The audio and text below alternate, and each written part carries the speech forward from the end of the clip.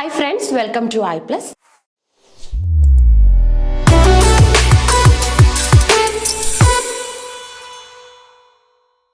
ഇന്നത്തെ ക്ലാസ്സിൽ നമ്മൾ ഡിസ്കസ് ചെയ്യാനായിട്ട് പോകുന്നത് സെറ്റ് ഇംഗ്ലീഷിൻ്റെ 4ാമത്തെ മൊഡ്യൂളാണ്. ഓക്കെ, അപ്പം നമ്മുടെ 4ാമത്തെ ഇമ്പോർട്ടൻ്റ് ആയിട്ടുള്ള ഒരു യൂണിറ്റ് അതിനകത്ത് കംപ്രൈസ്ഡ് ആയിട്ടുള്ള 20 മൊഡ്യൂളുകൾ നിങ്ങൾക്ക് കാണാനായിട്ട് സാധിക്കും. ഓക്കെ, അപ്പം 4ാമത്തെ യൂണിറ്റിൻ്റെ പേര് വരുന്നത് American, Indian and new literatures in English എന്നാണ്. Okay, American, Indian and new literatures in English. അപ്പം 4ാമത്തെ യൂണിറ്റിൻ്റെ ഭാഗമായിട്ടും നമുക്ക് 20 മൊഡ്യൂൾസ് വരുന്നുണ്ട്. നമുക്ക് മൊത്തം 6 യൂണിറ്റുകളാണുള്ളത്. എല്ലാത്തിനകത്തും നമുക്ക് 20 മൊഡ്യൂൾസ് വെച്ചിട്ട് കാണാനായിട്ടും സാധിക്കും. ഓക്കെ, അപ്പോൾ അതാണ് സെറ്റ് എക്സാമിൻ്റെ ഒരു പാറ്റേൺ, സിലബസ് പാറ്റേൺ. അതൊക്കെ നമ്മൾ പലതവണ ഡിസ്കസ് ചെയ്തിട്ടുള്ളതാണ്. അപ്പോൾ ഈ 4ാമത്തെ യൂണിറ്റിൻ്റെ പ്രത്യേകത എന്താണെന്ന് വെച്ച് കഴിഞ്ഞാൽ ഇവിടെ നമ്മൾ പഠിക്കുന്നത് പിൽഗ്രിം ഫാദേഴ്സിനെ കുറിച്ചാണ്. നമ്മുടെ മോഡേൺ ലിറ്ററേച്ചറുമായിട്ടൊക്കെ ഒത്തിരി ബന്ധമുള്ള ഒരു യൂണിറ്റ് തന്നെയാണ് ഈ ഒരു യൂണിറ്റ് എന്ന് പറയുന്നത്. ഓക്കെ, എന്താണ് ഇവിടെ പിൽഗ്രിം ഫാദേഴ്സ് എന്നതുകൊണ്ട് ഉദ്ദേശിച്ചതെന്ന് തന്നെ നമുക്ക് ആദ്യം തന്നെ നോക്കാം.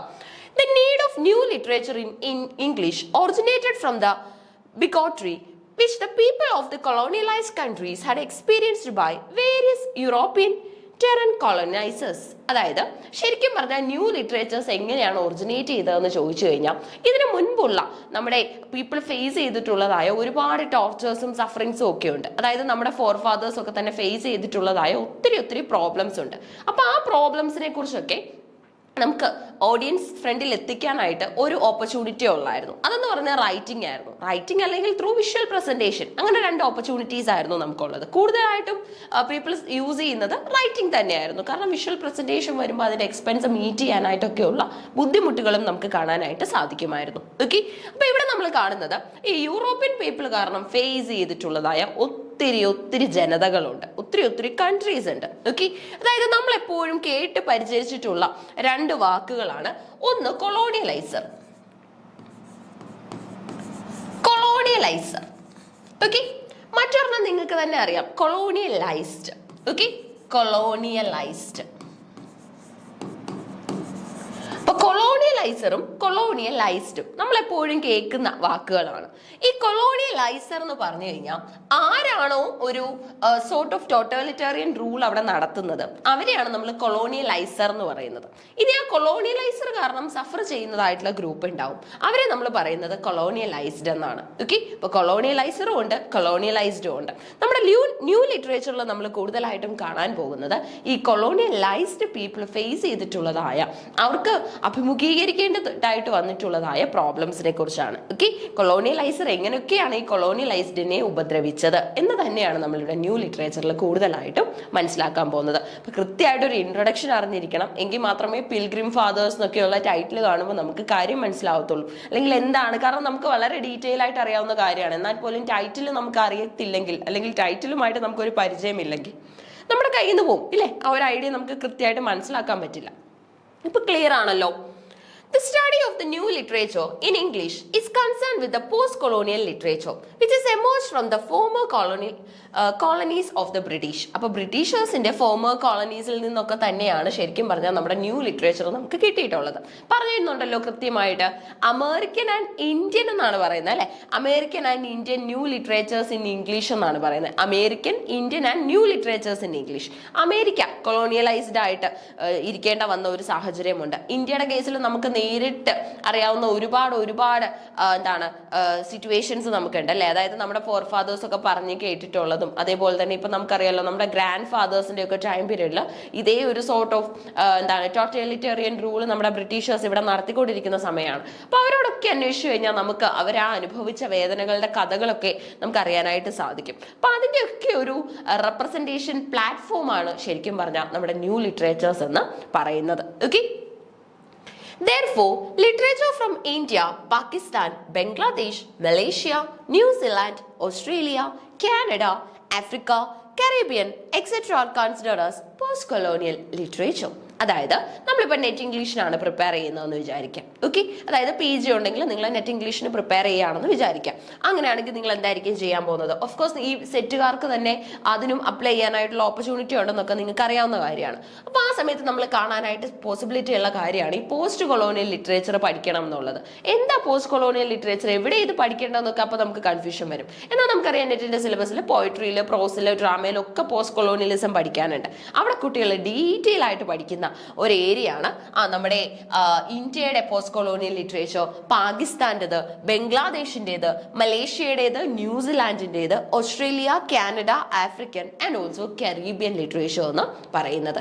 ഈ ഒരു നാട്ടിലെയൊക്കെ തന്നെ ലിറ്ററേച്ചർ നമ്മൾ കളക്ട് ചെയ്യുകയാണ് ചെയ്യുന്നത്. ഓക്കെ, അവർക്ക് അവരുടേതായിട്ടുള്ള ഫോക്ലോർസ് ഒക്കെ ഉണ്ടാവും. അപ്പൊ ഇതൊക്കെ കളക്ട് ചെയ്താണ് നമ്മൾ എന്ത് ചെയ്യുന്നത്, നമ്മുടെ ഈ ഒരു പ്ലാറ്റ്ഫോമിലൂടെ, റൈറ്റിങ്ങിലൂടെ പ്രസന്റ് ചെയ്യാനായിട്ട് ശ്രമിക്കുന്നത്. അപ്പൊ ഇതൊക്കെ ചേരുന്നതാണ് പോസ്റ്റ് കൊളോണിയൽ ലിറ്ററേച്ചർ അഥവാ ന്യൂ ലിറ്ററേച്ചർ എന്ന് പറയുന്നത്. ഇന്ന് ഒത്തിരി ഒത്തിരി ഓപ്പർച്യൂണിറ്റീസും ഡോർസ് ഒക്കെ ഓപ്പൺ ആയിട്ടുള്ള ഒരു ഏരിയ തന്നെയാണ് ന്യൂ ലിറ്ററേച്ചർ എന്ന് പറയുന്നത്. Though America was also a British colony, but it was independent long before the other colonies of the British, and it holds major power in world politics, economy, international affairs, so it is kept aside from the land of post-colonial literature. Okay, അപ്പോൾ നമുക്ക് മനസ്സിലാക്കാനായിട്ട് പറ്റുന്നത് America was also A British colony, but it was independent long before the other colonies. അതായത് ശരിക്കും പറഞ്ഞാൽ നമ്മൾ ഈ survival of the fittest എന്നുള്ള തിയറി ഒക്കെ കേട്ടിട്ടുണ്ട് അല്ലേ? അതായത് ശരിക്കും ആർക്കാണോ തണ്ടും മിടുക്കും ഉള്ളത് അവൻ അതിജീവിക്കും എന്നുള്ളതാണ് ഈ survival of the fittest policy ഒക്കെ നമ്മളോട് പറയുന്നത്. നമ്മൾ സയൻസ് ക്ലാസ്സുകളിലൊക്കെ കേട്ടിട്ടുള്ള കാര്യമാണ്. അതുപോലെ തന്നെയായിരുന്നു കൊളോണിയലൈസറിന്റെ കൈകളിൽ നിന്നും രക്ഷപ്പെടുന്ന കൊളോണിയലൈസ്ഡിന്റെ നമ്പർ എന്ന് പറയുന്നത്. എല്ലാവർക്കും പെട്ടെന്ന് തന്നെ കൊളോണിയലൈസറിൽ നിന്നും ഒരു മോചനം ഉണ്ടാവില്ല. അവരുടെ ആ ഒരു വിൽ പവറിനെയും അതുപോലെ തന്നെ ഒന്നിച്ചു നിൽക്കാനായിട്ടുള്ള ഒരു ഇതിനെയും യൂണിറ്റിയും ഒക്കെ തന്നെ കംപ്രൈസ്ഡ് ആണ്, അല്ലെങ്കിൽ ഇതിനെയൊക്കെ തന്നെ അഫക്റ്റ് ചെയ്യുന്നതാണ് ശരിക്കും പറഞ്ഞാൽ ആ ഒരു ഇൻഡിപെൻഡന്റ് ആകാനായിട്ടുള്ള ഒരു ശ്രമം എന്ന് പറയുന്നത് അല്ലെ. ശരിക്കും പറഞ്ഞാൽ ഒറ്റക്കെട്ടായിട്ട് നിന്നാൽ മാത്രമേ ഇൻഡിപെൻഡന്റ് ആവാനായിട്ട് സാധിക്കത്തുള്ളൂ. അതുപോലെ തന്നെ നമുക്കറിയാലോ, ഇപ്പൊ ബ്രിട്ടീഷേഴ്സ് ഇന്ത്യയിൽ വന്ന് ആദ്യമായിട്ട് അഡോപ്റ്റ് ചെയ്ത ഒരു ഒരു ട്രിക്ക് ടാറ്റിക്സ് എന്ന് പറയുന്നത് എന്തായിരുന്നു? അതായത് അവർ ഡിവൈഡ് ആൻഡ് റൂൾ എന്ന് പറയുന്ന പോളിസി കൊണ്ടുവന്നു. അതായത് ഓരോരുത്തരെ അങ്ങ് ഡിവൈഡ് ചെയ്യാണ്. ഓക്കെ, പ്രൊവിഷണൽ സ്റ്റേറ്റുകളെ അങ്ങ് ഡിവൈഡ് ചെയ്ത് മാറ്റിയതിന്റെ ഭാഗമായിട്ട് നമുക്ക് എന്താ മനസ്സിലാക്കാൻ പറ്റിയത്? ഇങ്ങനെ ഡിവിഷൻസ് കൂടുന്നതിന്റെ ഭാഗമായിട്ട് ഓരോ രാജാക്കന്മാരും തമ്മിൽ, ഓരോ കിങ്ങും തമ്മിൽ എന്തുണ്ടായി? ഒരു ജലസിക്കും എനിമിറ്റിക്കും ഒക്കെയുള്ള റീസൺ ഉണ്ടായി.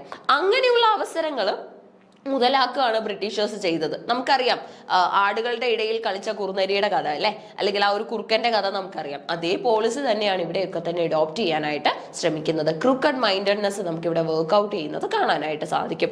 എന്നാൽ പോലും അമേരിക്ക കുറച്ചുകൂടെ മുന്നേ ഇൻഡിപെൻഡന്റ് ആകാനായിട്ട് ശ്രമിച്ചു. Afro American literature, African American literature എന്നാണ് ഉദ്ദേശിക്കുന്നത്. ഇതിനകത്താണ് നമ്മുടെ ബ്ലാക്ക് ലിറ്ററേച്ചർ ഒക്കെ തന്നെ വരുന്നത്. Is considered as the post-colonial literature as it speaks of the oppressed voice, and this literature is not mere literature but the tool of movement of emancipation of the black against the white oppression of the centuries. അപ്പം വർഷങ്ങളായിട്ട്, സെഞ്ചുറികളായിട്ട്, പതിറ്റാണ്ടുകളായിട്ട് ഇവർ അനുഭവിക്കുന്നതായിട്ടുള്ള ബുദ്ധിമുട്ടുകളുണ്ട്. അതായത് നമ്മുടെ white people അനുഭവിക്കുന്നതായിട്ടുള്ള ബുദ്ധിമുട്ടുകളുണ്ട്. നമുക്കറിയാം അപ്പാർത്തൈഡ് system അല്ലെങ്കിൽ പല പല തരത്തിലുള്ള സിസ്റ്റംസ് നമ്മുടെ സൊസൈറ്റിയിൽ എക്സിസ്റ്റ് ചെയ്യുന്നുണ്ട്. ഇതേപോലെ ബ്ലാക്ക് ആൻഡ് വൈറ്റിന്റെ പ്രോബ്ലംസിനെ കുറിച്ചല്ലേ. അപ്പൊ ഇങ്ങനെയുള്ള കാര്യങ്ങളിൽ നിന്നൊക്കെ മുക്തരായിട്ട്, അല്ലെങ്കിൽ ഇപ്പം നമുക്കറിയാം എപ്പോഴും നമ്മുടെ ഒരു ടോളറൻസിന് ഒരു ലിമിറ്റ് ഉണ്ടല്ലേ. ആ ടോളറൻസിന്റെ ലിമിറ്റ് കഴിഞ്ഞ് കഴിഞ്ഞാൽ എത്ര തിരിച്ചു പ്രതികരിക്കാത്ത ആളായാലും പ്രതികരിച്ചു പോവും. ആ ഒരു സാഹചര്യമൊക്കെയാണ് ഇവിടെയും നമുക്ക് കാണാനായിട്ട് സാധിക്കുന്നത്. ഓക്കെ, അപ്പൊ ഇവിടെ നമുക്ക് കാണാൻ പറ്റുന്നത് വൈറ്റും ബ്ലാക്കും തമ്മിലുള്ള പ്രോബ്ലംസ് ആണ്. ഓക്കെ, ബ്ലാക്സ് വൈറ്റിന്റെ കൈകളിൽ നിന്നും എസ്കേപ്പ് ചെയ്യാനായിട്ട് നടത്തുന്ന ടാറ്റിക്സും ശ്രമങ്ങളും അതിന്റെ പരാജയങ്ങളും വിജയങ്ങളിലേക്കുള്ള വഴികളും ഒക്കെ നമുക്കിവിടെ ഈ ഒരു പോസ്റ്റ് കൊളോണിയൽ ലിറ്ററേച്ചറിൽ മനസ്സിലാക്കാനായിട്ട് സാധിക്കും. ഓക്കെ, അടുത്തത് what is new literature in English. ഇത് ശ്രദ്ധിച്ചോണം. അതായത് നമുക്കറിയാം നമ്മുടെ സ്കൂൾ സിലബസുകളിലായാലും നിരന്തരം അഴിച്ചുപണികൾ നടന്നുകൊണ്ടിരിക്കുക. ഒരുപക്ഷെ സെറ്റ് ക്വാളിഫൈ ആയിട്ട് +1 +2 ക്ലാസ്സുകളിലൊക്കെ പഠിപ്പിക്കേണ്ട സമയത്ത് നിങ്ങളും അറിഞ്ഞിരിക്കണം എന്താണ് ന്യൂ ലിറ്ററേച്ചർ എന്നും. ഓക്കെ, നമ്മുടെ കുട്ടികൾക്ക് ഒരുപക്ഷെ ഇതൊക്കെ അറിഞ്ഞിട്ടായിരിക്കും അവർ വന്നിരിക്കുന്നത് അല്ലെ. നമ്മൾ ശരിക്കും പറഞ്ഞാൽ സ്കൂൾ ലെവൽ സ്റ്റുഡൻസിനെയാണ് ഡീൽ ചെയ്യുന്നതെങ്കിൽ പോലും നമ്മുടെ കുട്ടികൾ എന്ന് പറയുന്നത് കോളേജ് ലെവലിലും സ്കൂൾ ലെവലിലും ഇൻ ബിറ്റ്വീൻ നിൽക്കുന്നവരാണ്. അതാണ് ശരിക്കും പറഞ്ഞാൽ നമ്മുടെ ഹയർ സെക്കൻഡറി സ്റ്റുഡൻസ് എന്ന് പറയുന്നത് അല്ലേ. സോ നമ്മൾ HSST ഒക്കെ ക്വാളിഫൈ ആയി കഴിഞ്ഞാൽ, നമ്മൾ ആ ഒരു സ്റ്റേജിൽ എത്തിക്കഴിഞ്ഞാൽ നമ്മൾ അറിഞ്ഞിരിക്കേണ്ട ഒരു കാര്യമാണ് ന്യൂ ലിറ്ററേച്ചേഴ്സ് ഇൻ ഇംഗ്ലീഷ് എന്ന് പറയുന്നത്. New English literature or new literature in English is no longer integral part of English department or English studies.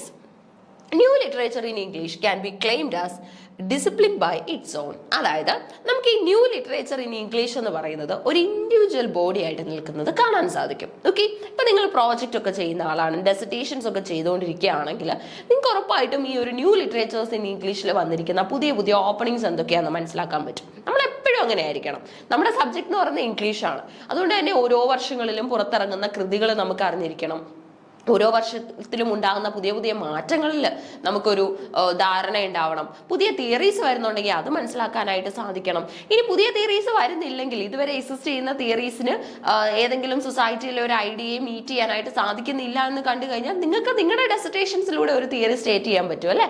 If that is valid, if that is proven, then it will be considered as a better theory in English literature. ഇങ്ങനെയൊക്കെയാണ് നമുക്ക് പുതിയ writers ജനിക്കുന്നതും അതുപോലെ തന്നെ പുതിയ പുതിയ തിയറിസ്റ്റുകൾ ജനിക്കുകയൊക്കെ തന്നെ ചെയ്യുന്നത്. നമ്മളെപ്പോഴും മാത്യൂസറിന്റെയും ഡെറിഡയുടെയും ഒക്കെ തിയറീസ് ബൈഹേർട്ട് ചെയ്യാൻ ശ്രമിക്കും. At the same time it's your responsibility to find out the loopholes of it. അതിനെന്തെങ്കിലും ഒക്കെ തന്നെ ഡീമെറിറ്റ്സ് ഉണ്ടെങ്കിൽ അത് പിക്ക് ഔട്ട് ചെയ്യുക. ആ പിക്ക് ഔട്ട് ചെയ്തിട്ട് അതിന്റെ ഡീമെറിറ്റ്സിനെ ഓവർകം ചെയ്യുന്ന തരത്തിലുള്ള തിയറീസ് നിങ്ങളുടെ ഡെസർട്ടേഷൻസിലൂടെ കൊണ്ടുവരിക. അങ്ങനെയൊക്കെ നമുക്ക് ഒത്തിരി ഒത്തിരി കാര്യങ്ങൾ ലിറ്ററേച്ചറിൽ ചെയ്യാനായിട്ട് സാധിക്കും കേട്ടോ. സോ അപ്പൊ നമുക്ക് ന്യൂ ലിറ്ററേച്ചർ ഇൻ ഇംഗ്ലീഷ് ആണ് അറിയേണ്ടത്. Augsburg University defines new literature in English. The term new English literature, ഈ NEL എന്നുള്ള പേരിൽ പലപ്പോഴും നിങ്ങൾക്ക് ഇത് കാണാൻ പറ്റും കേട്ടോ. അതായത് ന്യൂ ഇംഗ്ലീഷ് ലിറ്ററേച്ചർ എന്ന് ആരും അങ്ങനെ എക്സ്പാൻഡ് ചെയ്ത് പറയാറില്ല. എല്ലാവരും NEL എന്ന് പറയും. എന്ന് പറയുമ്പോൾ ന്യൂ ഇംഗ്ലീഷ് ലിറ്ററേച്ചർ. നമ്മൾ പലപ്പോഴും കാണാറുണ്ട് നമ്മുടെ ന്യൂ ലിറ്ററേച്ചേഴ്സിന്റെ ഭാഗമായിട്ട് നടത്തുന്ന പ്രോജക്ട് ഡെസർട്ടേഷൻ സബ്മിഷൻസ് ഒക്കെ നമ്മൾ കേൾക്കാറുണ്ട്. ഓക്കെ, അല്ലെങ്കിൽ പലപ്പോഴും ഇതിനെ ഒരു പേപ്പർ ആയിട്ടൊക്കെ കൺസിഡർ ചെയ്ത് പോസ്റ്റ് കൊളോണിയൽ സ്റ്റഡീസ് എന്ന് പറഞ്ഞാൽ നിങ്ങളും പേപ്പർ ഒക്കെ പഠിച്ചിട്ടുണ്ടാവും. അപ്പൊ ഇതൊക്കെ നമ്മൾ ചെയ്യുന്നതായിട്ട് നമുക്ക് മനസ്സിലാക്കാനായിട്ട് സാധിക്കും. അപ്പൊ ഇവിടെയൊക്കെ നമ്മൾ മനസ്സിലാക്കേണ്ട കാര്യം എന്ന് പറയുന്നത് പലതിനും അബ്രിവേഷൻസ് ഉണ്ട്. ആ അബ്രിവേഷൻസിലായിരിക്കും അത് അറിയപ്പെടുന്നത്. അപ്പൊ നമ്മൾ ലിറ്ററേച്ചർ സ്റ്റുഡൻസ് എന്ന നിലയിൽ അതൊന്ന് മനസ്സിലാക്കി പോകണം. It refers to anglophone literatures of Asia, Africa, the Caribbean, Oceania and also Canada. കുറച്ച് കൺട്രീസിന്റെ ലിറ്ററേച്ചേഴ്സ് ആണ് ഇതിനകത്ത് കംപ്രൈസ്ഡ് ആക്കി വെച്ചിട്ടുള്ളത്. ഓക്കെ, the field has direct overlaps with English studies, for instance by including Black and Asian British literatures as well as travel writing via Canadian literatures. It's also closely linked to the field of North American studies, a special focus in the Augsburg NEL. What do you mean by NEL? New English Literature, NEL. Okay, അങ്ങനെയുള്ള abbreviations ഒക്കെ ഒന്ന് മനസ്സിലാക്കി വെക്കണം കേട്ടോ. അതൊക്കെ significant ആണ്. അല്ലെങ്കിൽ നിങ്ങൾ പലപ്പോഴും ഒരു ഇന്റർവ്യൂ ബോർഡിന്റെ ഒക്കെ മുന്നിൽ എത്തുമ്പോഴാണ് ഇങ്ങനെ തപ്പിപ്പെറുക്കുന്നത് അല്ലെ. അതായത് അബ്രിവേഷൻസ് ഒക്കെ അറിയത്തില്ലെങ്കിൽ നമ്മൾ ബുദ്ധിമുട്ടി പോകുന്നത് ആ ഒരു സിറ്റുവേഷനിലാണ്. നമ്മൾ ഒത്തിരി കാര്യങ്ങൾ പ്രിപ്പയർ ചെയ്തുകൊണ്ട് പോകും. പെട്ടെന്ന് തന്നെ ചിലപ്പോൾ ഇന്റർവ്യൂ ടീം മെമ്പേഴ്സ് ഒരുപക്ഷെ അവരവരുടെ ഒരു നോളജ് കാണിക്കാൻ വേണ്ടി ആയിരിക്കും ഒരുപക്ഷെ ഈ അബ്രിവേഷൻസ് നമ്മളോട് പറയുന്നത്. നമുക്ക് ആ അബ്രിവേഷൻ അപ്പോൾ അറിയത്തില്ല എങ്കിൽ we can say no. But അങ്ങനെ ഒരു നോ പറയേണ്ട സിറ്റുവേഷൻ ഉണ്ടാവാതിരിക്കാൻ നമുക്ക് മാക്സിമം ചെയ്യാൻ പറ്റും, ശ്രമിക്കാൻ പറ്റും അല്ലെ. അപ്പൊ അങ്ങനെയുള്ളപ്പം ഇങ്ങനെയുള്ള അബ്രിവേഷൻസ് ഒക്കെ കളക്ട് ചെയ്ത് എഴുതി വെക്കുക. അപ്പൊ ഇത്രയും കാര്യങ്ങൾ പറഞ്ഞതുകൊണ്ട് പിൽഗ്രിം ഫാദേഴ്സ് നിങ്ങൾക്ക് ക്ലിയർ ആയെന്ന് ഞാൻ വിശ്വസിക്കുകയാണ്. കാരണം നമുക്ക് ഈ ഒരു യൂണിറ്റിലുടനീളം ഇങ്ങനെയുള്ള പോസ്റ്റ് കൊളോണിയൽ ഐഡിയാസ് ഒക്കെ തന്നെ ഇൻ ബിറ്റ്വീൻ വരുന്നുണ്ട്. ഓക്കെ, ആ സമയത്ത് നമ്മൾ ക്ലിയർ ആയിരിക്കണം. അപ്പൊ ഇനി പിൽഗ്രിം ഫാദേഴ്സിനെ കുറിച്ച് പറയുകയാണെങ്കിൽ, who are the pilgrim fathers? UK has a history. What do you mean by UK? United Kingdom has a history of fighting between Christian sects, Puritans who believed in a simple but strict philosophy and did not lay importance to churches, priests and rituals. They obviously disliked by Catholics who had great faith in church ceremonies. Okay, അതായത് നമ്മൾ പലപ്പോഴും കേട്ടിട്ടുണ്ട് നമ്മുടെ British ലിറ്ററേച്ചറിൽ സ്ഥിരമായിട്ട് പലപ്പോഴും church groups ഒക്കെ തമ്മിൽ fights ഒക്കെ നടക്കാറുണ്ട്. നമുക്ക് ചെറിയ അടിയൊക്കെ കാണാനായിട്ട് സാധിക്കും ഇല്ലേ. അത് പലപ്പോഴും എന്തിന്റെ ബേസിലാണെന്ന് ചോദിച്ചു കഴിഞ്ഞാൽ അവരുടെ ഒരു പൊസിഷൻ ഒക്കുപ്പൈ ചെയ്യാൻ വേണ്ടിയായിരിക്കും. ഇനി അതേപോലെ തന്നെ അവർക്ക് കൂടുതൽ ബിലീവേഴ്സിനെ ഉണ്ടാക്കാൻ വേണ്ടിയായിരിക്കും. ഇങ്ങനെ പല രീതിയിലാണ് പലപ്പോഴും നമുക്ക് മനസ്സിലാക്കാൻ പറ്റുന്നത്. അങ്ങോട്ടും ഇങ്ങോട്ടും ഇപ്പൊ പല റിലീജൻസ് ആയാലും നമ്മളിപ്പോൾ കൂടുതലായിട്ടും ബ്രിട്ടീഷ് ലിറ്ററേച്ചറിൽ ചേർച്ചിനെയാണ് കാണുന്നത്. എന്നാൽ പോലും നമുക്ക് പല റിലീജൻ എടുത്തു കഴിഞ്ഞാലും, നമ്മുടെ ഇന്ത്യയിൽ തന്നെയുള്ള റിലീജൻ എടുത്തു കഴിഞ്ഞാലും അതിനകത്തൊക്കെ തന്നെ കുറെ കാസ്റ്റുകൾ ഉണ്ടാവും. അപ്പൊ അവിടെ മെയിനായിട്ടും ഫൈറ്റ് നടക്കുന്നതിന്റെ റീസൺ അല്ലെങ്കിൽ ഡിബേറ്റ്സ് നടക്കുന്നതിന്റെ റീസൺ എന്ന് പറയുന്നത് ബിലീഫ്സിന്റെ പേരിലായിരിക്കും അല്ലെ. ഒരു എന്താണ് സെക്ട് അല്ലെങ്കിൽ ഒരു ഗ്രൂപ്പ് ഫോളോ ചെയ്യുന്ന ബിലീഫ്സിനെ മറ്റൊരു ഗ്രൂപ്പ് ഫോളോ ചെയ്യാനായിട്ട് വില്ലിങ് ആവില്ല, റെഡി ആവില്ല. അങ്ങനെയൊക്കെയുള്ള സമയത്താണ് നമുക്ക് ഇങ്ങനെയുള്ള ഡിസ്പാരിറ്റീസ് ഒക്കെ കാണാനായിട്ട് സാധിക്കുന്നത്. അപ്പൊ അതൊക്കെ എക്സിസ്റ്റ് ചെയ്യുന്ന ഒരു സൊസൈറ്റിയാണ് നമ്മുടെ ഇന്ത്യ എന്ന് പറയുന്നത്. സെക്കുലാറിസം ഫോളോ ചെയ്യുന്ന ഒരു കൺട്രിയാണ് അല്ലെ. നമ്മൾ ഒരു റിലീജനും ഹൈ പ്രയോറിറ്റി കൊടുക്കുന്നില്ല. എല്ലാ റിലീജനെയും നമ്മുടെ കൺട്രിയുടെ റിലീജനായിട്ട് കൺസിഡർ ചെയ്തിട്ട് ഏത് റിലീജൻ വേണമെങ്കിലും പ്രാക്ടീസ് ചെയ്യാനുള്ള റൈറ്റ് ആണ് നമ്മൾ നമ്മുടെ സിറ്റിസൺസിന് പ്രൊവൈഡ് ചെയ്യുന്നത്. Okay. In 1620, a group of 100 Puritans made up of a number of families decided England was too bad for them.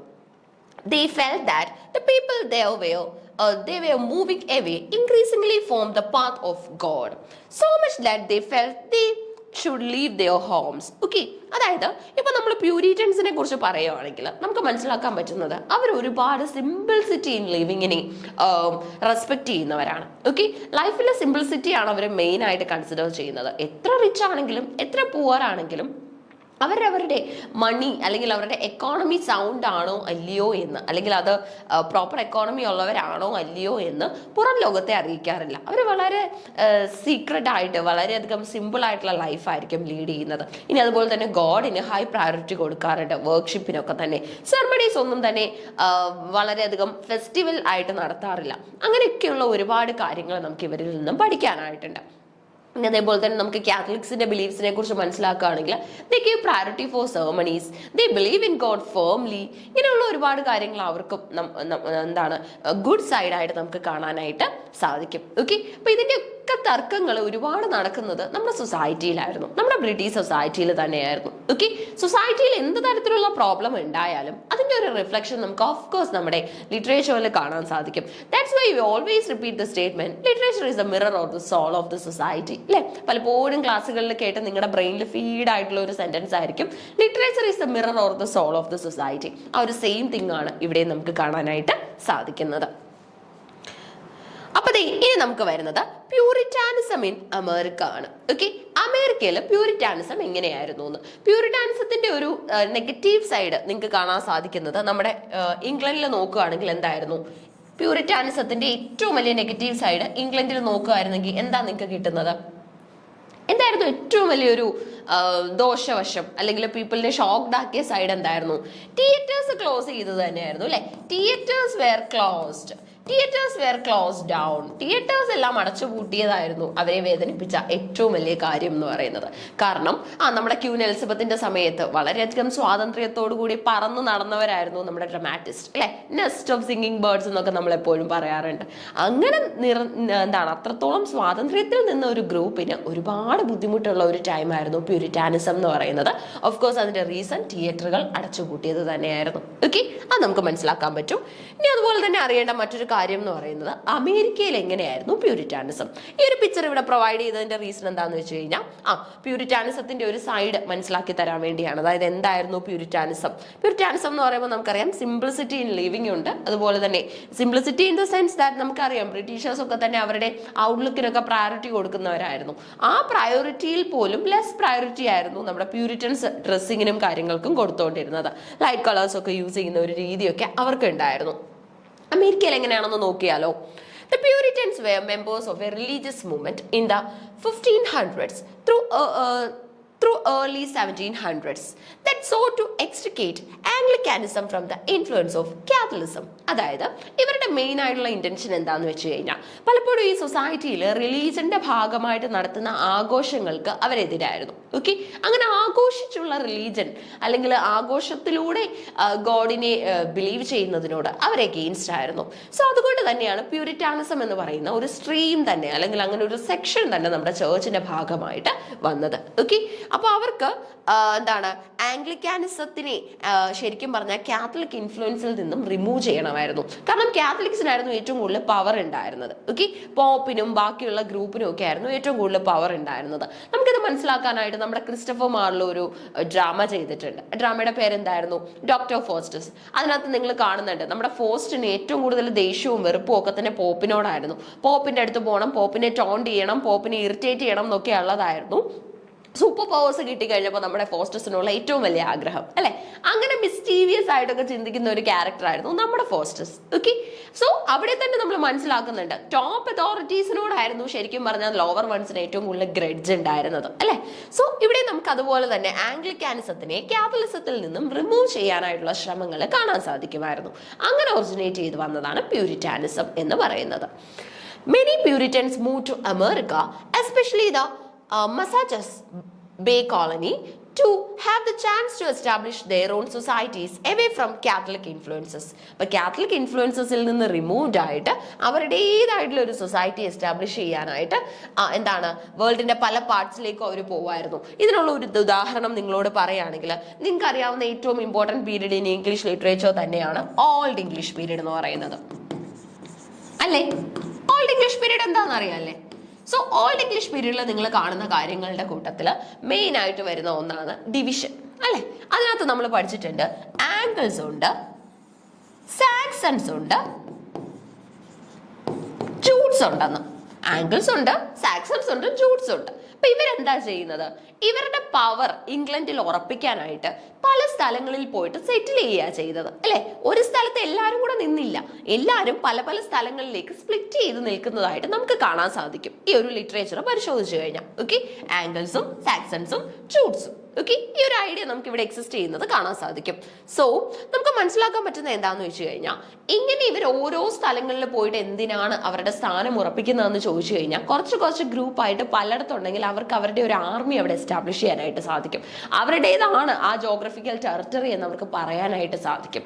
അതിനുള്ള ശ്രമങ്ങളായിരുന്നു ഇവർ ഓരോരുത്തരും നടത്തിക്കൊണ്ടിരുന്നത്. അപ്പൊ നമ്മുടെ പ്യൂരിറ്റൻസ് എന്ത് ചെയ്തു എന്ന് വെച്ച് കഴിഞ്ഞാൽ ദേ മൂവ്ഡ് ടു അമേരിക്ക. അവർ നേരെ അമേരിക്കയിലേക്ക് പോയി. എന്നിട്ട് ഓരോ സ്ഥലങ്ങളിലായിട്ട് അമേരിക്കയിലെ ഏതൊക്കെ പ്ലേസിലാണോ ലൂപ്പ് ഹോൾസ് ഉള്ളത് അല്ലെങ്കിൽ ചെറിയ ചെറിയ ഗ്യാപ്പ് ഉള്ളത് ആ ഗ്യാപ്പ് ഒക്കെ ഫില്ല് ചെയ്യാനായിട്ട് ശ്രമിച്ചു. കാരണം ക്രിസ്ത്യൻസിന്റെ ഇടയിൽ ഡിസ്പാരിറ്റി എക്സിസ്റ്റ് ചെയ്യുന്നതിന്റെ ഇടയിൽ പ്യൂരിറ്റൻസ് ചെല്ലും. എന്നിട്ട് പ്യൂരിറ്റൻസ് ഇവരുടെ ഗ്രൂപ്പിനൊപ്പം ചേർത്തിട്ട് ആ പ്യൂരിറ്റാനിസം സ്പ്രെഡ് ചെയ്യാനായിട്ട് ശ്രമിക്കും. ഇങ്ങനെയാണ് റിലീജിയൻ ഇവർ പ്രൊപ്പഗേറ്റ് ചെയ്തുകൊണ്ട് ഇരുന്നത്.